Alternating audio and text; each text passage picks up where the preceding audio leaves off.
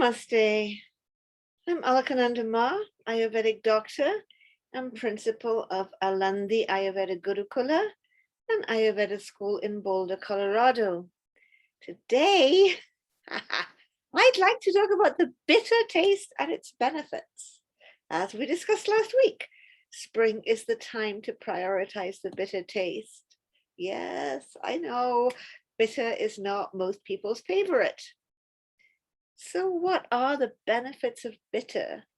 And why should we include it in our diet? Let's see what the ancient Ayurvedic text Charak Samhita says. Quoting the great sage Atreya, the text begins by acknowledging that most of us don't find the bitter taste exactly yummy. However, when we include the bitter taste in our diet, our palate is cleansed and we gain a much greater ability to relish our food. That might be especially important at this time of year, when we perhaps are getting tired of the heavier and oilier foods recommended for winter. We're actually ready for some bitter greens and lighter foods. Bitter foods and herbs are important for detoxifying the body and getting rid of parasites and various kinds of dysbiosis, like Candida and SIBO. Bitter clears our skin and alleviates itching. It reduces excessive thirst and tones the skin and muscles. Bitter foods, drinks, and herbs are also good to combat infectious diseases. Including bitter in your diet improves your appetite and digestion. And if you're breastfeeding or chest feeding, be sure to include some bitter fenugreek sprouts in your diet, because bitter cleanses the milk ducts and helps you avoid breast abscesses. Bitter is also your friend if you want to lose those extra pounds that tend to go on in winter.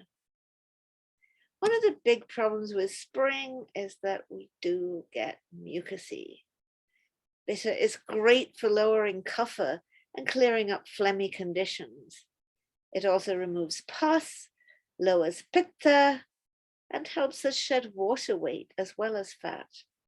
Overall, bitter is light and drying, just what we need at this muddy time of year. As with everything else, the bitter taste should be included in a balanced way. For pitta and kapha, pretty much have as many bitter vegetables as you can eat. For vata, certainly introduce a little more in the way of bitter during the spring season, but don't overdo it.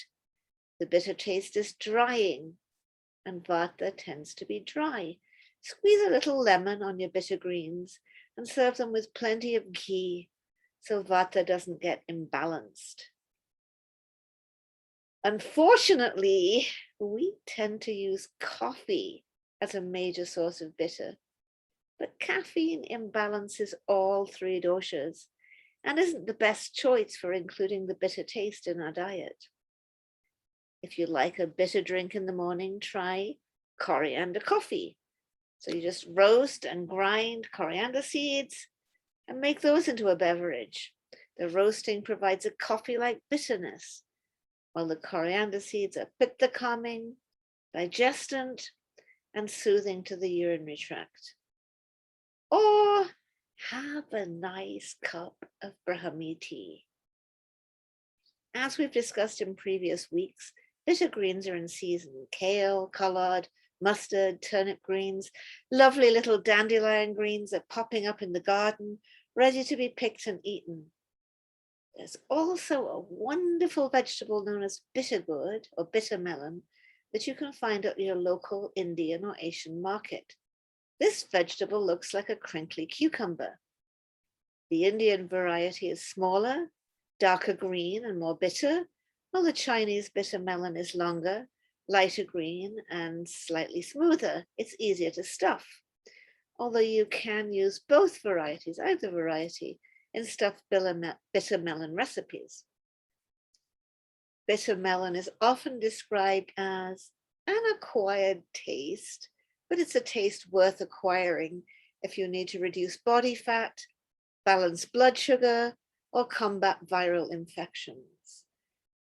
Although diehards like us at Alandi happily enjoy simple, curried bitter melons.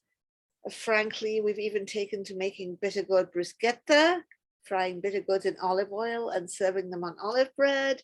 But for beginners, it might be easier to disguise the taste at first by making bitter gourd dal or stuffed bitter gourds. And I'll put those recipes in the description. Enjoy your bitters and have a happy spring. Remember to click the like button. Remember to share. See you next week.